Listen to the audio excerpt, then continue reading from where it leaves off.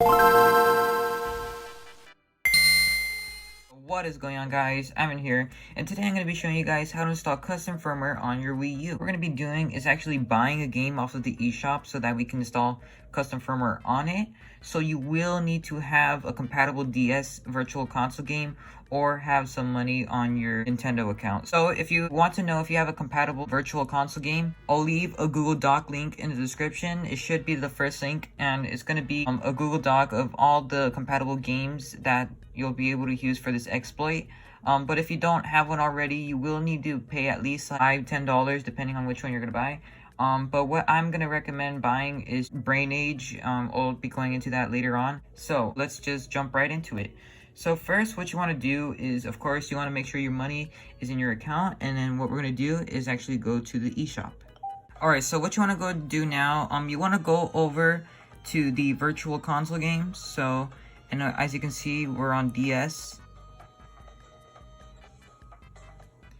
And then, if you don't have this already, I would recommend buying Brain Age. It's actually $7. So here we go. We're going to go and re-download it. If you already have a compatible game that's listed in the Google Doc, then you don't have to do this.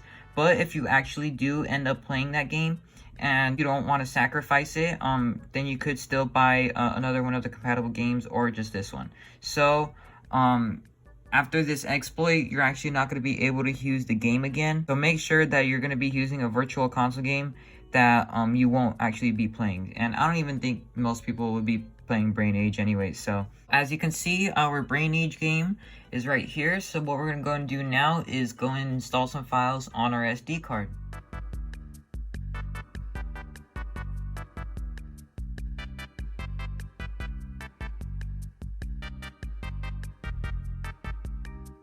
Alright, so now that you're on your computer, you want to go over and make sure you have your Wii U's SD card inside. And now that it's inside, you want to right click and you want to go over to format. And then after that, you want to make sure it's formatted as FAT32.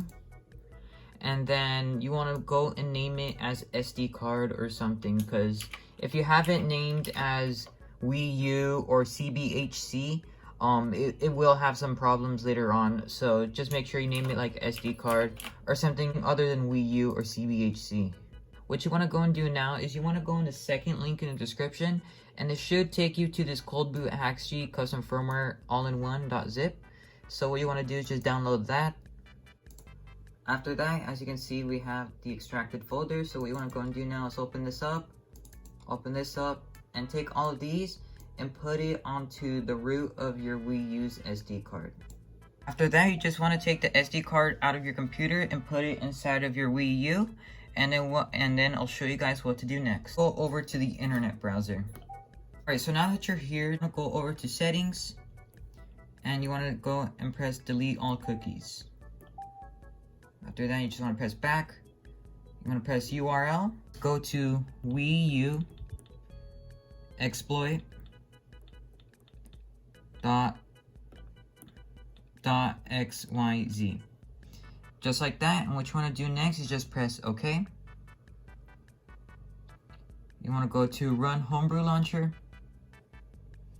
and then what you want to do next is you want to keep an eye out on this little me right here. If it stays frozen, what you want to do is turn off your console, go back to the internet browser, and then you want to press delete all cookies and try again. And if it works, then you should actually be over here at the homebrew menu.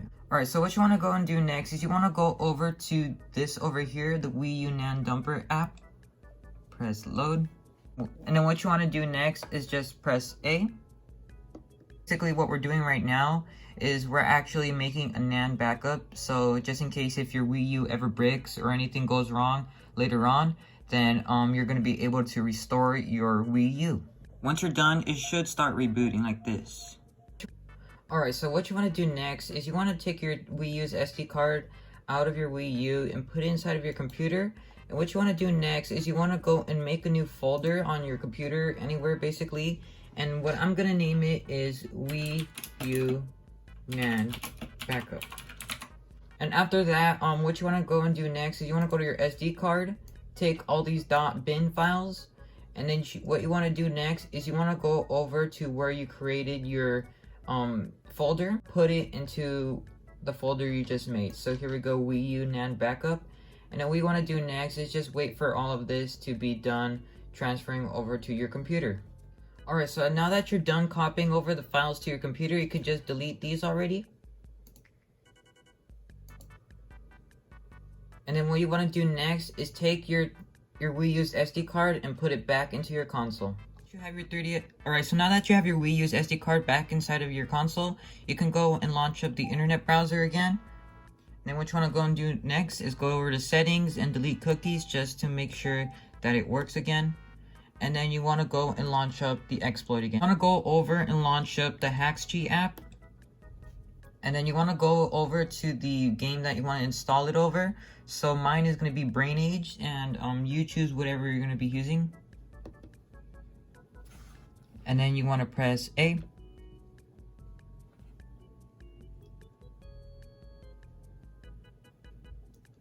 And as you can see, it says done installing HacksG. Now that you're back on your home menu, as you can see, we have the HacksG logo over the game that you just installed. And what you want to go and do next is go over and launch up the HacksG app.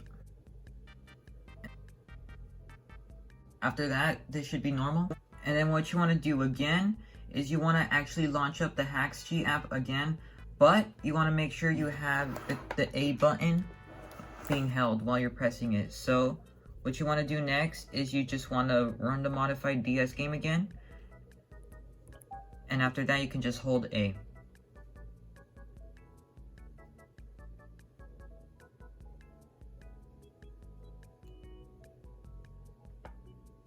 Just keep holding A until it brings you to this screen. And then what you want to do next is you want to go over to Cold Brew HacksG installer and press load. And again, you want to go over the DS game that you downloaded. And then again, what you want to go and do next is you want to go over to the game that you installed HacksG on. So for me, it's Brain Age. I'm going to press A. And after that, you can press A again. After that, it's going to be done installing. And what it should do next is just go right back to the home menu. And as you can see, HacksG logo has a little warning sign. And then what you want to do next is you just want to power off your console. Press power again.